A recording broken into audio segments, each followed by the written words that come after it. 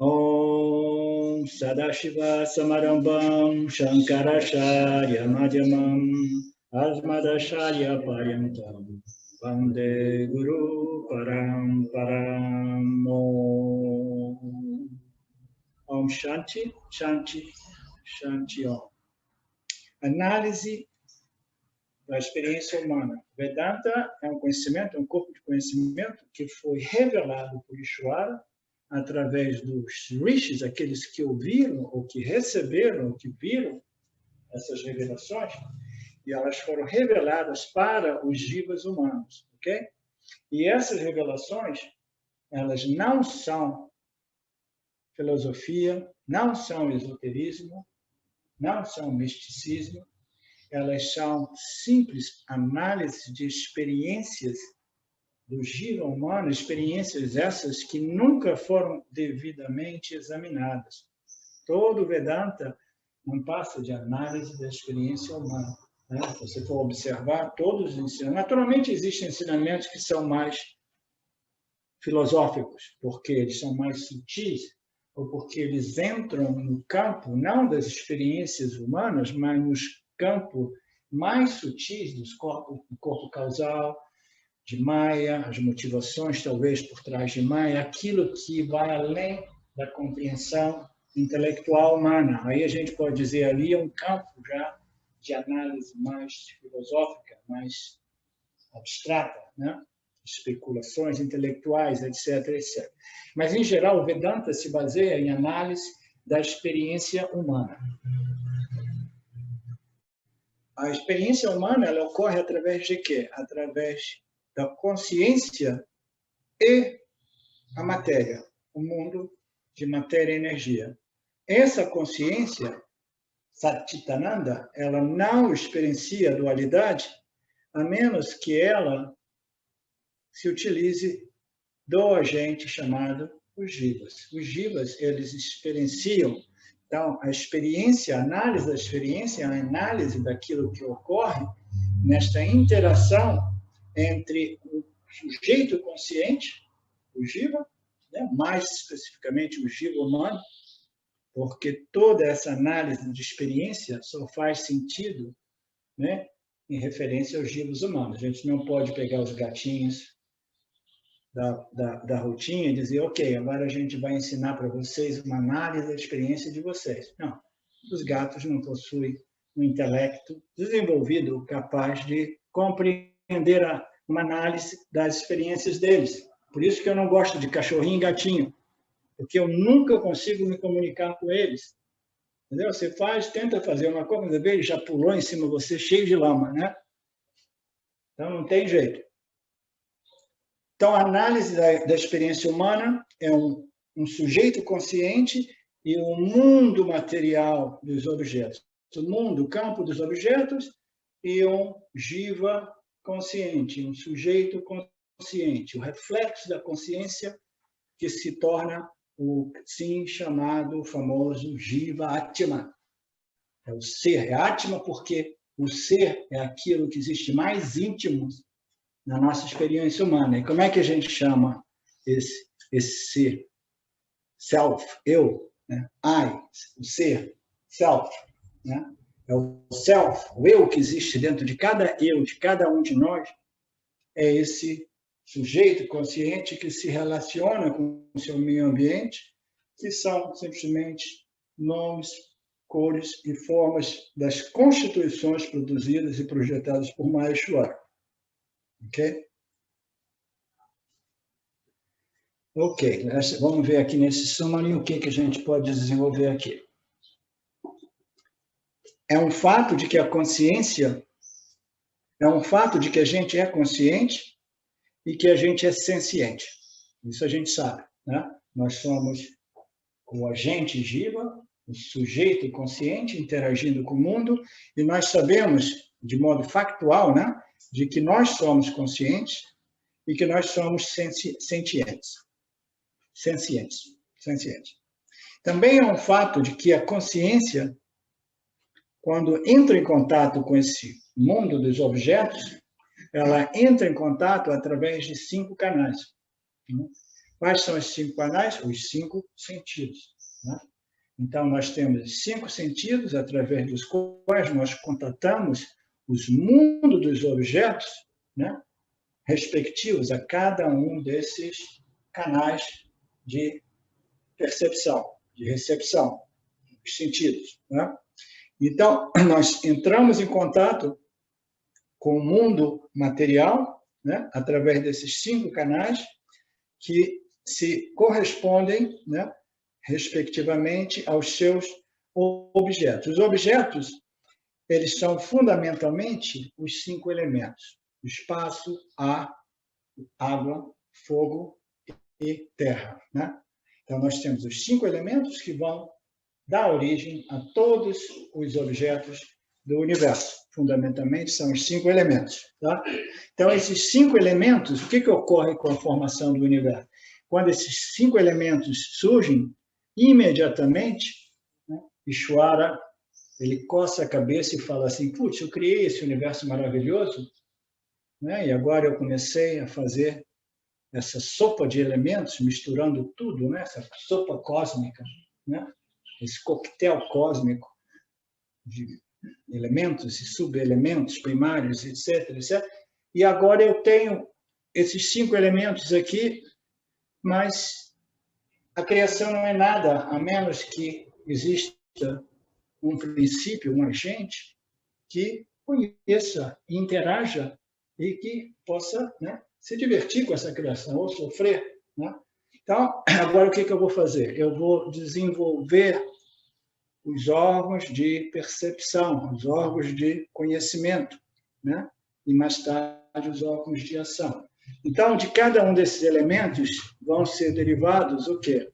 Quando ele cria o espaço, ele vai criar o órgão de percepção para o espaço. Quando ele cria o ar, ele vai criar o órgão de percepção para o ar. Quando ele cria a água, a mesma coisa. Cada um desses elementos vão desdobrando os órgãos de recepção de modo que a criação seja completada ou completa. Completada? Completada, ok? Então, nós temos os 5 elementos, os 5 órgãos dos sentidos, cada um deles contatam os seus respectivos objetos materiais, né? O objeto acessível para o ouvido, naturalmente, é o quê? É o som, né? O som é uma das qualidades do espaço. Do espaço vem o som, e do som se desenvolve a audição. Então, assim, cada um desses elementos, eles vão desenvolvendo os seus instrumentos de recepção. E esses, no início, Ishvara falou assim: ok, agora eu criei o espaço, eu criei o som no espaço, eu vou criar uma orelhinha. Ele foi lá e criou uma orelhinha sozinha lá no espaço. Ela ia pendurar sozinha, diversas orelhinhas. Você vai falar, pô, não são uma orelhinha? E agora eu já desenvolvi outros elementos, aí ele começou a fazer diversos narizes aqui e ali, entendeu? Todos esses órgãos, assim, aí no final, assim, melhor constituir tudo num simples organismo, né? Um jiva humano, inteligente, né? Então, todos esses objetos, eles foram desenvolvimentos desses elementos primários que deram origem aos nossos órgãos de percepção, né? A pele vai tocar o espaço, o ar, né? E através do fogo a gente vai desenvolver a visão, porque o fogo ele vai iluminar as cores e as formas, e a gente cria esse universo, Ishvara cria esse universo maravilhoso, e seria um desperdício se não criasse também o agente que o perceba, que o conheça, né? Então, os olhos vão ver as formas e as cores. Então, do mesmo modo, a nossa língua, né, vai experimentar os sabores, e o nosso nariz foi criado depois para poder captar todos os cheiros, os odores, da onde? Da água, né? É da água. Da terra. Da terra. Ó, você tem que ficar acordado, hein? Então, o nariz ele foi criado no final porque os elementos eles foram se grossificando, porque cada um desses elementos eles foram se desdobrando a partir dos anteriores. Eles foram retendo 50% da sua característica básica e se unindo as 4, no caso, o último elemento, as 4 outras propriedades dos outros elementos. Então, no final, nós temos a Terra, que contém espaço, contém ar, contém água, contém fogo, e a Terra, ela retém 50% da sua terra útil, né? E ela, ainda assim, ela mantém, né, uma pequena proporção de todos os outros elementos. Então, a Terra, que é o elemento mais denso que existe, ele deu origem a esses narizes, né? Esses noses que nós temos. Existem 2 fatores que determinam o modo qual a consciência contata os objetos, né? Os órgãos dos sentidos, a consciência tem que estar por trás de tudo. A consciência, que é através do corpo sutil, né? Aquele que controla, que rege, né? Esses órgãos sensoriais. Você lembra que os órgãos sensoriais, os órgãos dos sentidos, eles pertencem aonde? Eles pertencem ao seu aspecto físico, essas orelhinhas, ao corpo físico. Mas os órgãos dos sentidos, os órgãos, não os instrumentos, eles pertencem ao nosso corpo sutil, né? Então, nós temos o corpo sutil e nós temos a mente que integra e coordena e regula tudo isso. Então, como que esses contatos ocorrem? A gente precisa de diversos elementos, né? Que os fatores determinam contato o senso órgão, né? Whichever sense organ, right? Consciousness chooses to operate. Gives me access to object that are revealed. Então, isso é muito interessante compreender isso. Toda e qualquer interação e experiência nova envolve 2 aspectos. A consciência e, naturalmente, nessa explicação, nós estamos bypassando o corpo sutil, o intelecto ou a mente. Mas a mente, o corpo sutil, é o que regula os órgãos sensoriais. Então, o que o intelecto ou a mente faz? Ele, em associação com a consciência, naturalmente, porque tudo se resolve na consciência, a mente aciona o órgão dos sentidos relevante ou relativo àquele contato com o objeto de experiência. Por exemplo, se eu faço assim, ok, vamos todo mundo experimentar essa caneca. Qual foi o órgão dos sentidos que você utilizou, Renato? Seria o tato aí, né? Não, você daí. Os olhos, a visão, né? Mas se você fosse cego, eu levava ela aí para você, pedia para você tocar, né? Então, o que ele faz? A consciência, em contato com a mente, o intelecto tem a capacidade de regular os órgãos sensoriais, de modo a dar acesso à consciência a um determinado objeto, entendeu? Simultaneamente, fechando acesso da consciência para os outros 4 canais.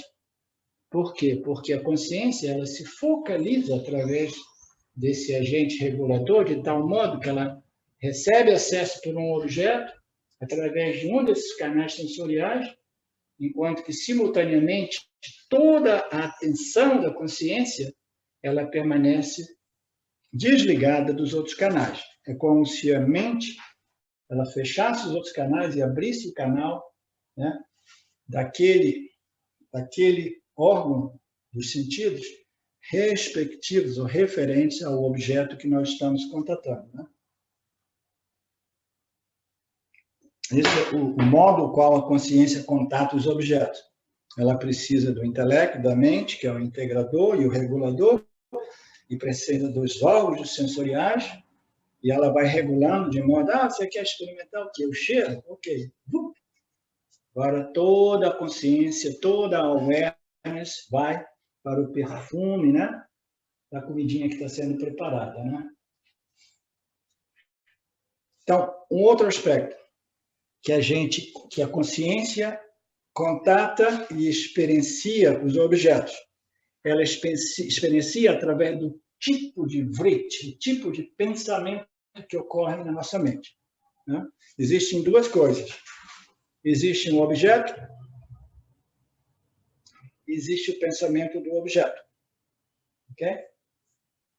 Existe um ensinamento no Vedanta que diz o pensamento do objeto não é separado do objeto e o objeto não é separado do pensamento do objeto. Assim, mas esse Vedanta, né?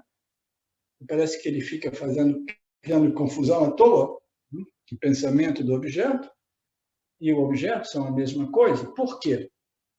Vocês já devem ter ouvido dizer que tudo que existe e manifesto no universo é cíclico. O objeto é um subproduto do pensamento do objeto, do mesmo modo que o pensamento do objeto é o subproduto dessa interação com esse objeto, porque ele permanece como uma memória sutil, também denominada como uma vasana, um registro, uma impressão sobre essa caneca vermelha. Né? Então, nós contatamos os objetos através dos objetos, regulados através dos órgãos sensoriais pela mente, ou a gente contata os objetos através dos pensamentos dos objetos. A gente sabe que é muito fácil a gente entrar em contato com essa caneca, né? Basta que você feche os olhos, né? Você fecha os olhos e você lembra da caneca, né? E imediatamente a gente entra em contato com a caneca, né? A gente utilizou uma impressão, uma memória dessa caneca, né? Para entrar em contato. A consciência entrou em contato com o objeto no nosso mundo subjetivo dos pensamentos, as impressões, né? Agora, o que é curioso nessa análise é que o tipo de pensamento na mente determina o tipo de objeto que eu quero contatar. Essa é uma ideia legal. Tem pessoas que ficam super milionárias propagando essa noção. Eles dizem assim, pense e fique rico. Vocês já ouviram falar desse livro? Think and Grow Rich. Né? Pense, eu tenho a possibilidade de atrair as coisas. Por quê? O tipo de pensamento que você entretém vai determinar o tipo de objeto que você vai experimentar. Então, existe realmente uma lógica em tudo isso. Quem que já passou por aquela fase na vida que você está sem um namorado, uma namorada, sem um companheiro, uma companheira, e você sai assim, eu preciso de uma namorada nova, eu preciso disso, eu quero tanto, eu quero tanto, eu quero tanto, eu quero tanto, eu quero tanto, e você fica sonhando, né, com o amor da sua vida. Aí, quando você menos espera, ele aparece, né? Você ficou tão focado nisso, mais cedo ou mais tarde ele aconteceu. Mas, de repente, você pensava que fosse um cara rico, loiro, de olhos azuis, e, de repente, você encontra um amor na sua vida completamente diferente, entendeu? É feio e sem dinheiro.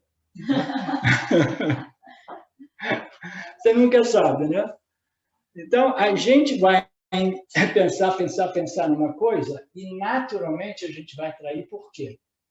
Porque aí, quando você sai na rua, você não vê mais nada. Você fica vendo todo mundo. Será que é ele? Será que é ela? Será que é ele? Será que é...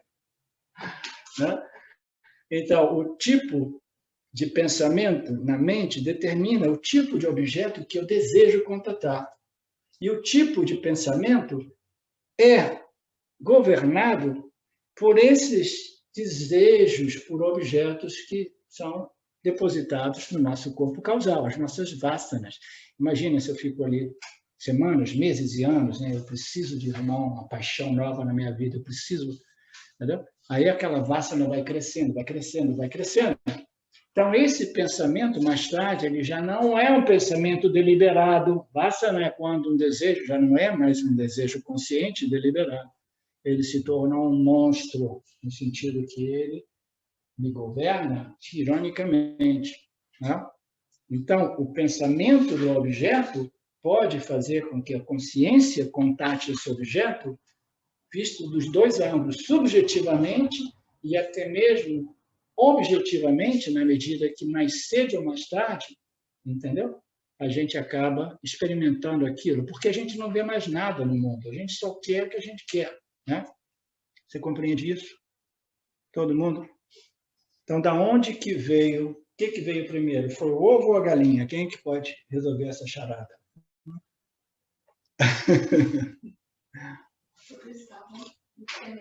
Os objetos vieram primeiro, os desejos, os pensamentos do objeto. Né? É um ciclo, né? Os pensamentos, os objetos vão apresentar o pensamento do objeto. Aí a gente tem que conhecer o objeto. Já apareceu um objeto pela primeira vez na minha vida. Aí o que a gente faz? A gente começa a passar a língua, o tato, o cheiro, isso aqui. Ah, agora eu conheço esse objeto. Não sei ainda bem para que serve, mas conheci. Então, agora eu conheci o objeto. Né?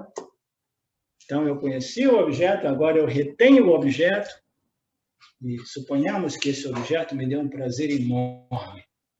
Você me lembra um tempo que eu ganhava dinheiro vivendo, indo e vindo em Tóquio naquele tempo, e se fazia uma puta grana vendendo coisas assim que a gente levava para lá, da Ásia. A gente fazia vendendo nos parques, nos flea markets, às vezes nas ruas, banquetinhos na rua. Naquele tempo eles eram tolerantes com os gaijins. Né? E às vezes eu vendia umas coisinhas, e o povo japonês é tão estranho que umas coisinhas, por exemplo, aquelas coisas russas, que são umas cambuquinhas que vão uma dentro da outra. Aí as pessoas olhavam e diziam, que bonitinho, que bonitinho. O que é para botar dentro? É para botar dentro o quê? Né? Então a gente tinha que inventar a história. Não, isso aqui é para botar algodão, isso aqui é para botar isso, botar aquilo, entendeu? O maiorzinho é para botar aquilo outro, esse aqui para botar as suas joias de ouro, né? Etc, etc. Né? Então a gente conhece o objeto, a gente conhece o utilísio, né? As funções. Isso aqui. Aí suponhamos que esse objeto é maravilhoso. Aí ele ficou na minha mente marcado ali como um desejo, um desejo, um desejo, um desejo. Aí eu volto ali para ver se eu encontro aquele estrangeiro vendendo aquelas caixinhas ali nos parques de Tóquio, e eu não acho. O cara foi embora, foi deportado, digamos assim. Aí vai passando o tempo, e aquele desejo, aí essa pessoa viaja, um dia ela está lá na Tailândia, ela vê o desejo, o objeto se manifestando. O objeto foi manifestado ou ele não foi manifestado pelo pensamento? Né? Ele apareceu, mas ela jamais teria identificado aquele objeto, a menos que esse objeto não tivesse sido retido como um desejo ardente pelo objeto. Aí, pum, saltou nos olhos. Né? Então, as nossas vasanas, elas vão fazendo de modo que a gente veja os objetos dos desejos. Entendeu? Parece que a gente está criando, parece que a gente está manifestando. Não. As vasanas estão nos orientando aos objetos. Então, um objeto e um pensamento dos objetos, eles são intimamente interligados, e são os modos os quais a consciência entra em contato com os objetos. Quando o objeto aparece primeiro, ela precisa dos órgãos sensoriais e da mente. Quando o objeto aparece como um vritti, como um pensamento do objeto, ela não requer realmente os instrumentos dos sentidos, mas os órgãos do sentido estão ali operando. Entendeu? Os órgãos do sentido que existem na mente, no corpo sutil, estão ali operando, e a pessoa, sim, que delícia, eu gostei, adoro desse objeto. É o famoso Priya Moda, Pramoda. Né? Eu posso curtir um objeto subjetivamente, mentalmente, imaginando o meu, imaginando o amor da minha vida presente na minha vida, etc, etc. Ou a riqueza que eu quero acumular, etc.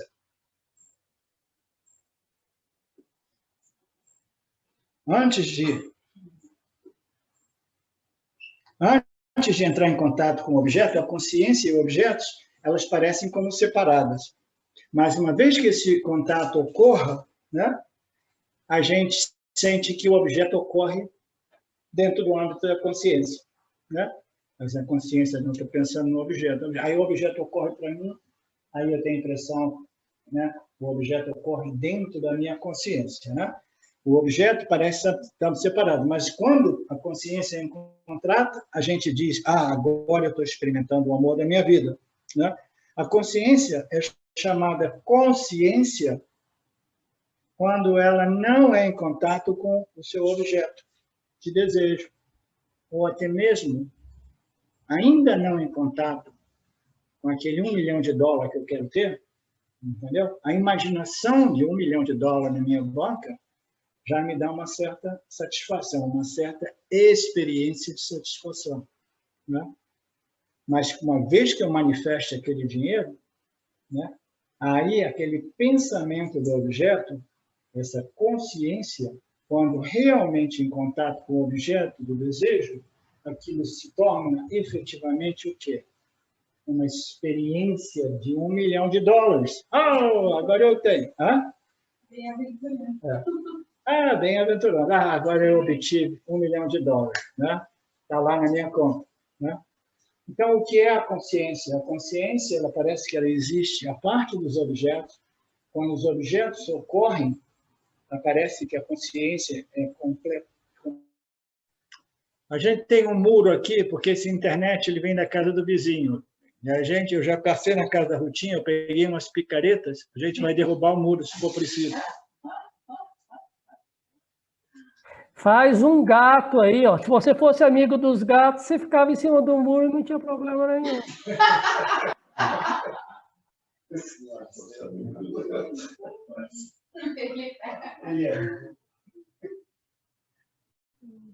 Ok, agora passou a chuva. Tanto em contato com os objetos, como livre dos contatos com os objetos. Ok?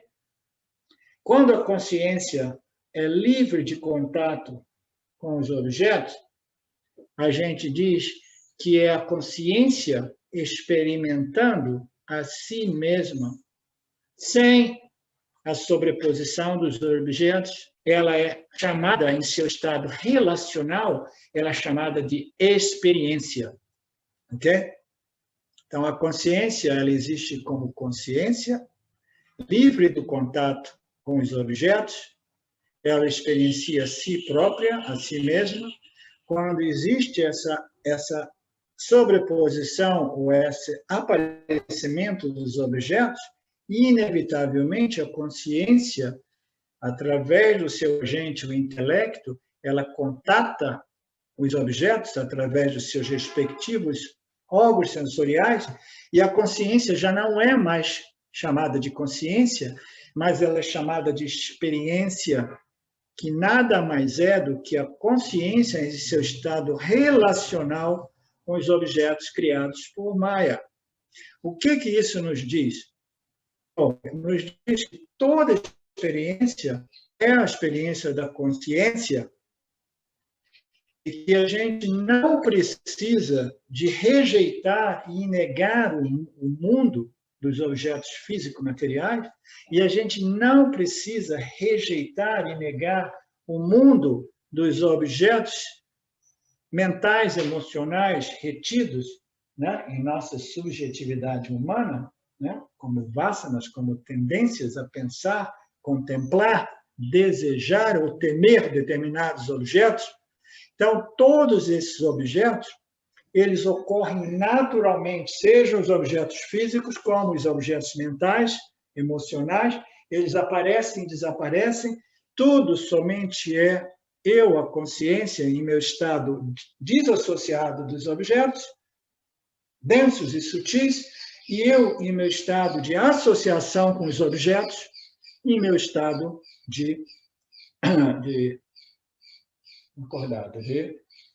vigília, ok?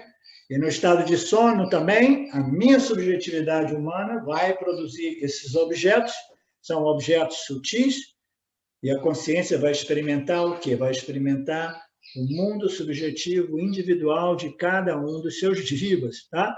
Então, o que isso nos diz? Nos diz que a consciência é sempre a consciência, ela é livre e independente de todos os objetos, mas quando os objetos são sobrepostos na consciência, esses objetos não limitam a consciência. Esse é o fundo do poço aqui, esse é o bottom line, ok? Os objetos, eles aparecem e desaparecem. A gente pode imaginar que a consciência relacionada aos objetos é experiência. Por isso que dentro dessa análise feita por Swami Vidyaranya, ele apresenta a experiência como sinônimo de consciência. Tudo bem, o Vedanta não é contrário à experiência humana. Ele é contrário à ideia de que a experiência seja um impedimento do nosso reconhecimento e realização de que eu sou, em minha natureza, a consciência, e que os pensamentos dos objetos e os objetos físicos que ocorrem, né, produzindo esse efeito de repulsão ou atração, eles não me impactam, eles não me modificam, eles não me afetam, ok? Então, a consciência é chamada de consciência quando ela é não em contato. Em geral, a gente chama de pure consciousness, consciência pura. Consciência pura é uma consciência sem contato com os objetos. E o pessoal do mundo da yoga, 99% das pessoas do mundo espiritual, eles pensam, não, para ser iluminado você tem que remover e rejeitar os objetos. E eles começam como? Não, o primeiro passo é rejeitar os objetos densos, né? Então, o que a gente faz? A gente procura uma caverna nos Himalaias, um ashram, né? Uma floresta, um local onde eu não entre em contato com o mundo, né? Mas a gente nunca consegue. A gente consiga uma caverna muito lindinha, maravilhosa, a gente vai ficar experimentando a caverna. O pensamento caverna vai ficar todo o tempo aparecendo. Mas se a gente, eu tentei isso no início também, vendar os olhos, né? Cobrir, fechar os ouvidos, fechar o nariz, entendeu? Você fecha a porta, né? Os canais que te fazem contato com o mundo, porque o mundo é uma grande distração, né? Você fecha tudo, aí você resolveu o problema dos objetos físicos materiais. O cheiro, né, da feijoada da vizinha não vai perturbar a sua meditação profunda, né? Então, nada disso vai te atrapalhar, né, na sua iluminação. Você pode ficar totalmente iluminado lá, vendado todos os poros do seu corpo, né? Mas, ainda assim, aí o yoga tem um outro problema. Agora que eu fechei todos os canais de contato com o mundo físico material, os objetos aparecem internamente como pensamentos de objetos, de desejos e aversão. Então, o mundo permanece dentro de mim, né? Então, a consciência vai contatar os objetos no seu plano causal, vasanas, ou no seu plano físico material, e a gente não precisa de eliminar o mundo, eliminar os objetos físicos, os objetos sutis, porque eles não cancelam a consciência ali, pervadindo, permeando e iluminando todos esses objetos densos e sutis, sem ser afetada por eles, do mesmo modo que o espaço não é afetado por nenhum dos objetos que ele gentilmente acomoda no âmbito da sua existência como espaço. Então, uma outra coisa a observar é que todas as experiências específicas, individuais, por exemplo, agora todos nós estamos experimentando essa caneca vermelha. Cada uma dessas experiências, né, ela parece ser uma experiência específica, única, né, distinta da experiência do copo com água de coco, né? Então, são duas experiências diferentes, né? Ou se a gente for ver alguma coisa totalmente diferente, né? Essa experiência disso é com a experiência de um papel em branco, né? São dois tipos de experiências diferentes, né? Mas, fundamentalmente, todas as experiências, elas nada mais são do que a consciência em contato com o objeto, e ela se torna uma experiência vestida ou colorida pelas propriedades desses objetos. Mas, fundamentalmente, é o quê? É a consciência em contato com objetos. O que você disse? Mas agora estou fazendo uma análise do ponto de vista dos objetos físicos. Quando a gente faz a análise do objeto físico, a gente vê que a consciência, o objeto aparece, ele é percebido, a consciência aparece assim, ou não, mas isso aqui é consciência, mas a consciência agora é uma experiência, então a experiência é, né, condicionada pelo copo. Aí, imediatamente, o professor de Vedanta diz assim, e agora? Um papel em branco. Então, a consciência agora aparece condicionada pelo papel branco, né? Então, o que a gente está chegando é na conclusão de que a experiência não passa da consciência iluminando um objeto, qualquer que seja o objeto. Entende? Não existe experiências específicas. Experiência é consciência mais um objeto, e os objetos são de 5 categorias, aqueles derivados do espaço, do ar, da água, do fogo e da terra, que eles são percebidos através dos órgãos dos sentidos, dos 5 respectivos órgãos dos sentidos, e que são retidos em nossas mentes como pensamentos de objetos que dependem desses contatos com os objetos sutis, densos materiais também. Então, o que é a experiência? A experiência é a consciência em contato com os objetos. Ah, mas eu só gosto de 1 ou 2 tipos de experiências na vida. Imagina uma pessoa que decide, existe na minha vida 5 trilhões de experiências, mas eu só gosto de 3. Que sorte ela tem na vida. Né? Imagina que sofrimento, cara. Imagina se Ishvara vai ficar lá calculando os gostos e desgostos de cada um de nós, e dizer assim, não, aquela pessoa ali, ele só gosta de 3 experiências. Então, eu só vou mandar 3 tipos de objetos. A gente precisa compreender que a experiência é a consciência em contato com os objetos, nós não temos controle sobre os objetos, ok? Toda e qualquer experiência é simplesmente consciência em seu estado relacional com os objetos, e o fim da história, o que vier, veio, o que será, será. Né? A gente, como bons estudantes do Karma Yoga, a gente sabe, a gente não tem controle sobre o campo. Né?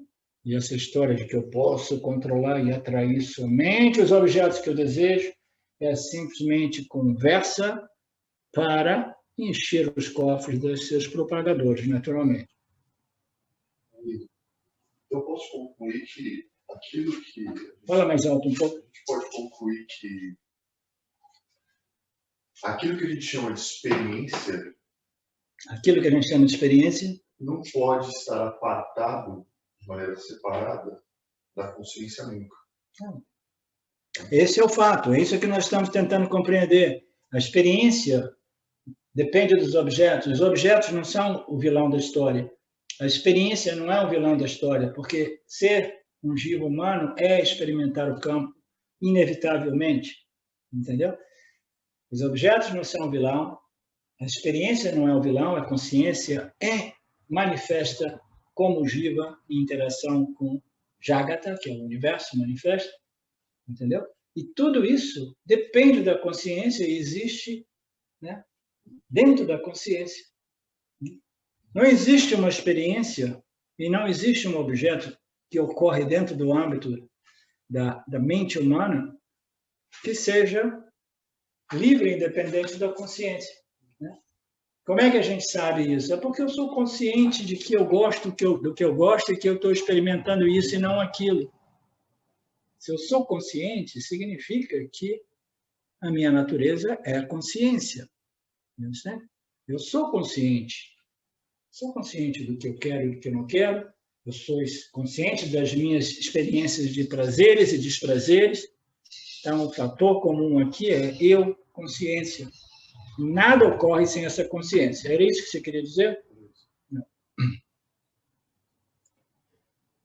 Se cada experiência específica é simplesmente a consciência, nós já determinamos que a consciência em relação aos objetos, relacionados ao objeto, é chamada consciência em seu estado relacional. Consciência mais objeto.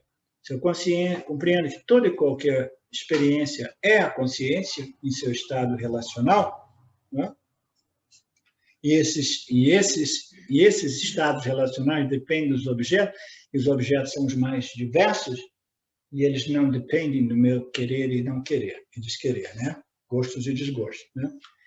Então, se essas experiências específicas fora do meu controle, elas aparecem, então isso faz com que eu discrimine myself, a consciência dos objetos com os quais eu me relaciono, de tal modo que eu possa permanecer, entendeu?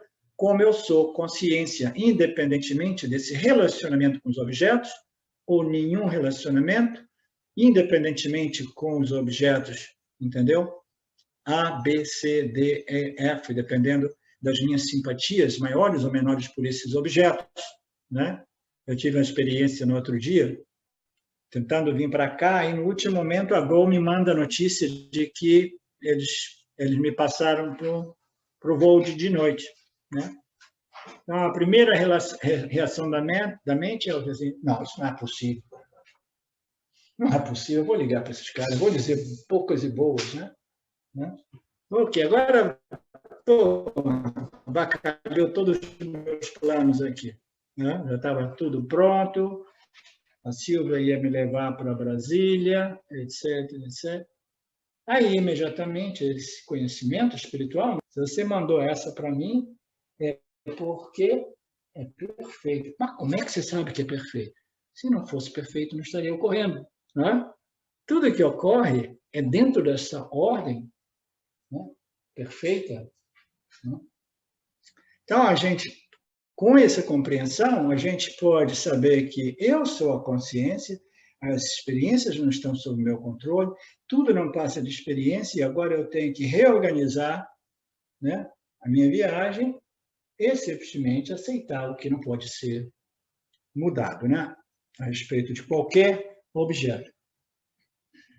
Então, permanecendo na minha natureza como consciência, em relacionamento ou não com os objetos, consciente de que eu sou essa consciência, e mesmo quando eu me relaciono, os objetos de relacionamento não me impactam, é o que nós chamamos de autoconhecimento e de libertação dessa ignorância. O que é a ignorância? A ignorância é a crença ou a confusão entre eu, a consciência, e as experiências que ocorrem dentro do meu âmbito. Se eu penso que eu sou as minhas experiências, né? Tem dias que eu me odeio. Por quê? Porque as experiências são desagradáveis. E eu sou a minha experiência. Né? Ou eu odeio Deus, ou eu odeio as pessoas ao meu redor. Né? Então, moksha, ou libertação, autoconhecimento, é essa discriminação que me permite permanecer como consciência independentemente do meu estado relacionar, independentemente das minhas experiências. O autoconhecimento é desfazer essa confusão de que eu sou as minhas experiências, é compreender que eu não sou as minhas experiências. E por que saber que eu não sou as minhas experiências liberta o indivíduo do samsara? Por quê? Porque as experiências, elas são conhecidas e objetivadas por mim.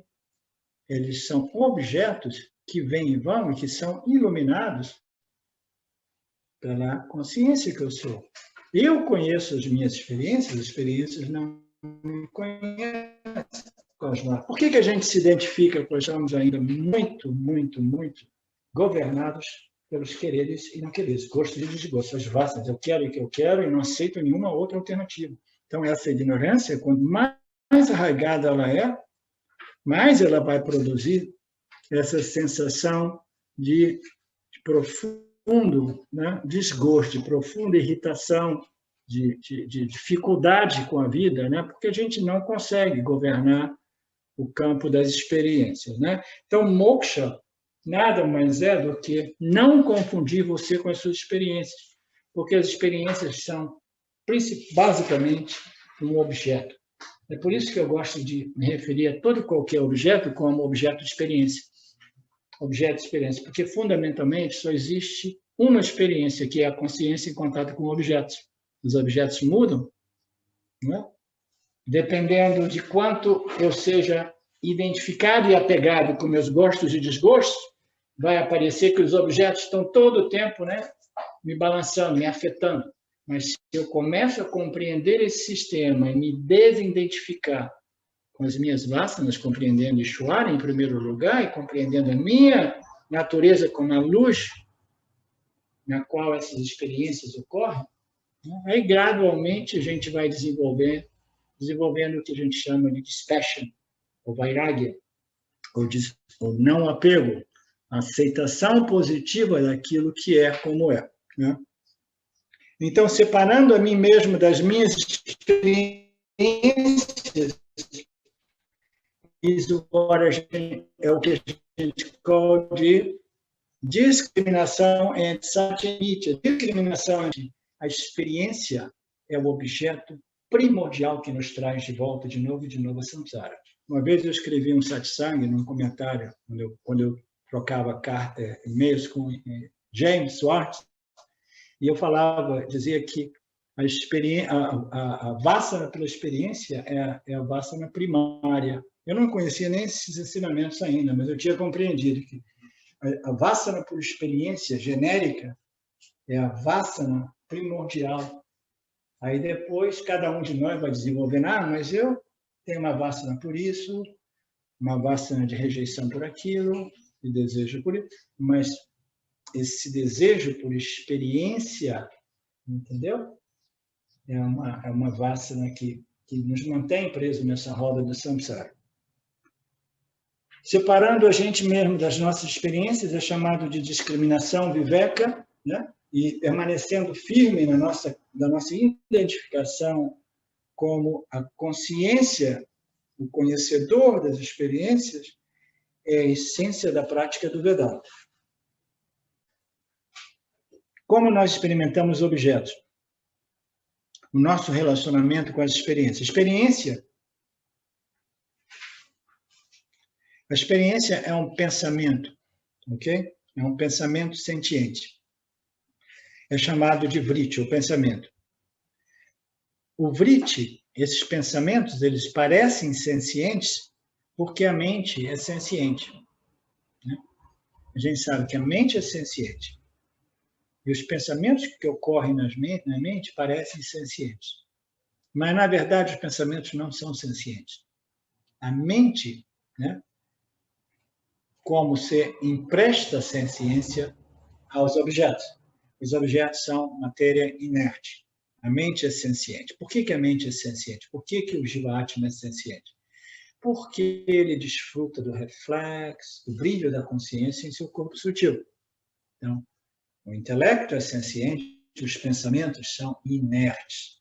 Okay? Como a gente experiencia os objetos, como a gente experiencia o pensamento dos objetos, né? A experiência é um senciente salt, pensamento, um modelo, ele é chamado um pensamento. Okay?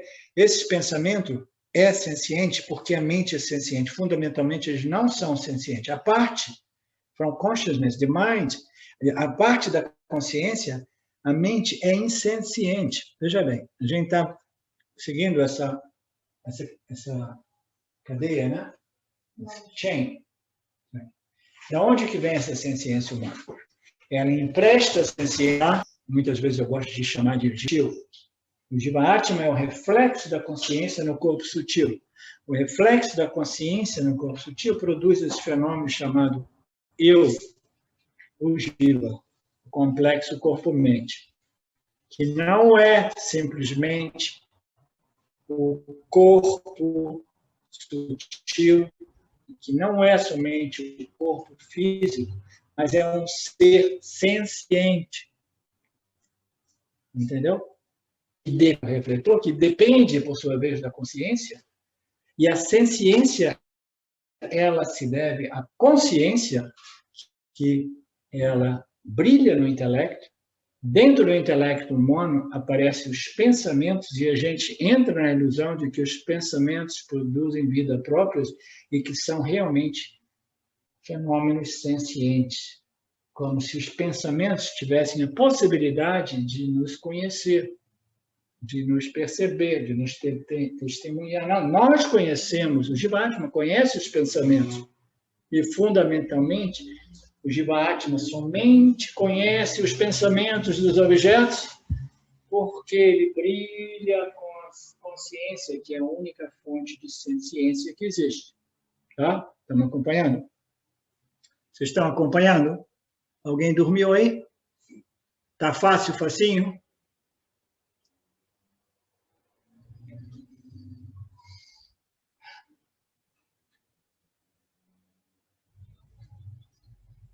Quando a consciência, quando esses pensamentos, esses objetos são iluminados para a consciência, eles aparentemente se tornam sencientes. Eles se tornam como se fossem capazes de conhecer. O relacionamento entre a consciência e os pensamentos é o mesmo relacionamento entre a consciência e o corpo, porque os pensamentos, a gente tem a impressão que o corpo, a gente muito frequentemente a gente pensa que o corpo físico também é senciente, né? As pessoas que não conhecem esses ensinamentos mais sutis do Vedanta, elas pensam que o corpo físico, né, também é um princípio senciente. Mas aí, com um pouquinho de discriminação, ela percebe, não, ele não pode ser senciente, o corpo físico. Por quê? Porque eu conheço ele, mas ele não me conhece. Né? Fácil a gente inferir que o corpo, ele não me percebe, ele não me testemunha, ele não me experiencia, mas eu que experiencio o corpo. Do mesmo modo, os pensamentos, eles são experienciados por mim, né? O brilho da consciência no meu intelecto, né? Então, o relacionamento entre consciência e pensamento,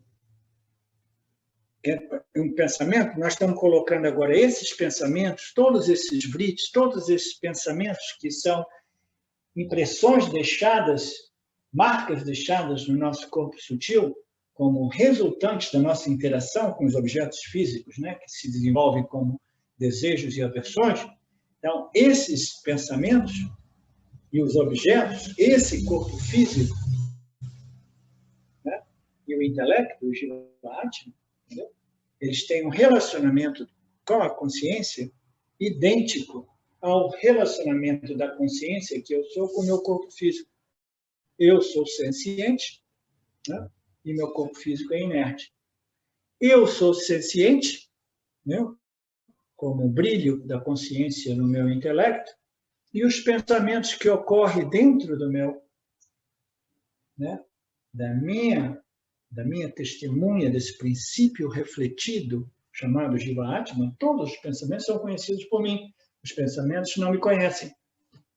A gente precisa de compreender para não fazer confusão entre o Jiva-Atma e os pensamentos.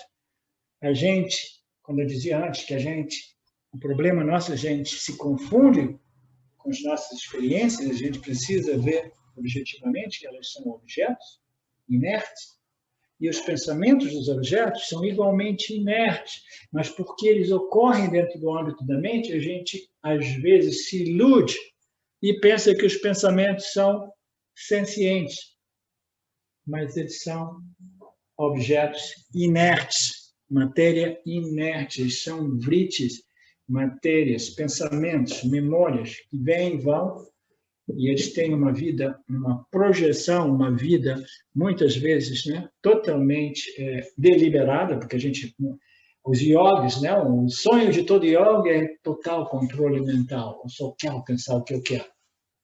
Né? Eu vou pensar só positivo da agora em diante, Renato. Aí os gêmeos tinham o hábito de chegar para as pessoas e dizer assim, ok, me diz o que você vai pensar daqui a 2 minutos. E a pessoa jamais é capaz de deliberadamente pensar o que ela queria pensar após 2 minutos. Por quê? Porque esses pensamentos, eles ocorrem como objetos sutis, que são impressões dessa interação nossa com os objetos densos, que permanecem ali aparecendo. E eles são absolutamente inertes. Então, uma coisa é a consciência, a única fonte de ciência. A consciência brilha e reflete no intelecto humano, no corpo sutil, para produzir o Jiva-Atma. E o Jiva-Atma, ele testemunha os objetos físicos, materiais, e testemunha os pensamentos desses objetos, que são somente vritis, pensamentos, matéria, energia sutil, absolutamente inerte. A gente está analisando isso para a gente destruir, quebrar a nossa identificação com esse fluxo de pensamento. A gente não consegue eliminá-los, a gente consegue minimizá-los na medida que as nossas vasanas, o que produz esses pensamentos são as nossas vasanas. As vasanas serão minimizadas através da compreensão dessa ignorância, dessa fábrica, desse mundo, desse sistema que fica produzindo vasanas todo o tempo, reforçando-as. À medida que esse conhecimento se desenvolve, as vasanas vão diminuindo, os objetos, os pensamentos dos objetos de desejo e aversão vão diminuindo, mas ainda assim eles não podem ser eliminados, porque nós somos organismos biológicos, computadores, programados e operados por nossas vasanas. Nós temos um livre-arbítrio que nos permite regular a nossa programação de tal modo que a nossa programação nos permita desenvolver uma mente contemplativa, satírica, que seja conduzente ao autoconhecimento, e a libertação desse sistema tirano, Ok. Om Purnamada Purnamidam Purnamudachyate Purnasya Purnamadaya Purnameva Vashishyate Om Shanti Shanti Shanti. Thank you, Lord. Saudações. Eu quero aqui deixar um pequeno testemunho. Através do estudo do Vedanta, com os ensinamentos sendo esclarecidos especificamente pelo professor Arlindo Nagar, foram canceladas em mim algumas noções que eram relacionadas com a ideia que eu tinha a respeito de alcançar algo que representasse uma grande realização espiritual. Então o Vedanta fez com que, pela compreensão, a minha mente ela abandonasse o papel de buscador espiritual. E isso para mim foi um marco inicial para uma outra relação com o processo de desenvolvimento espiritual, do qual, saibamos disso bem ou mal, é um processo que fundamenta a vida de todos nós.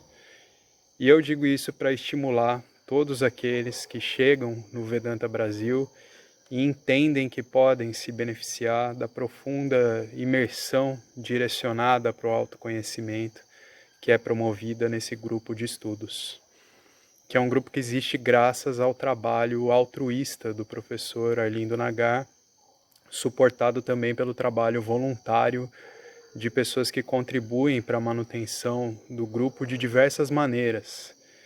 E entre as várias formas de contribuir com esse trabalho, as contribuições regulares em dinheiro, elas são necessárias. Então, se você se beneficia do trabalho desenvolvido no Grupo de Estudos Vedanta Brasil, faça uma contribuição. Qualquer quantia é muito bem-vinda.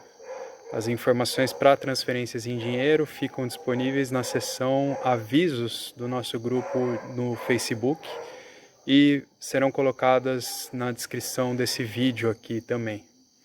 Namaskaras.